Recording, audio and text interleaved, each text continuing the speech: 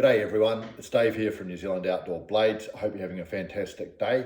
Please feel free to like, comment and subscribe. It helps out the channel a ton and I'm learning a lot and enjoying talking to people all over the world about my various hobbies. Recently, a subscriber asked me to do a video on basic navigation, so I'm going to give that a shot. So navigation in the New Zealand bushes is really important in terms of trying to find a suitable hunting area where the deer might be, also trying to find the most suitable or easy route to get from A to B, and most importantly to avoid getting lost. So I'm going to give this a shot. So firstly, when I actually go hunting, the most important type of navigation that I personally do, in my opinion, is just simple map to ground. So I'm not even talking about using a compass or a GPS.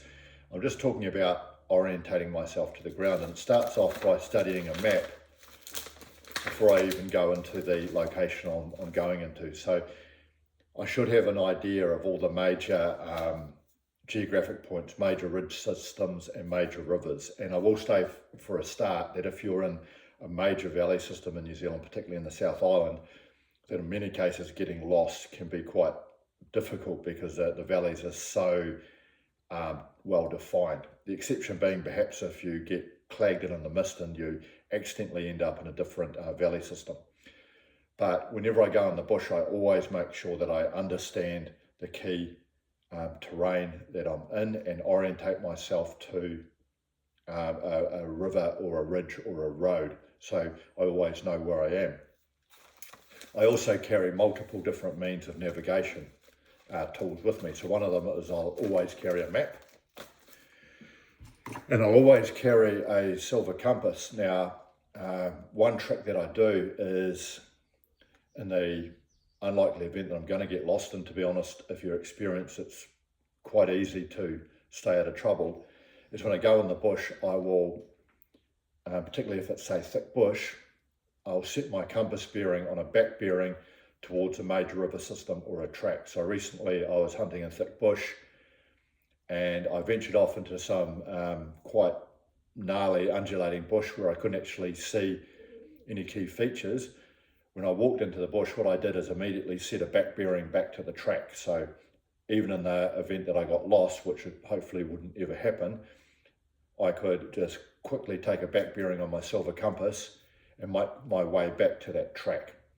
So again, this is sort of basic map to ground, understanding major features such as tracks, rivers or ridge systems in your area and trying to orientate yourself to those systems and have a compass where if worst case you get lost, you can navigate your way back to that road, track, river system or ridge.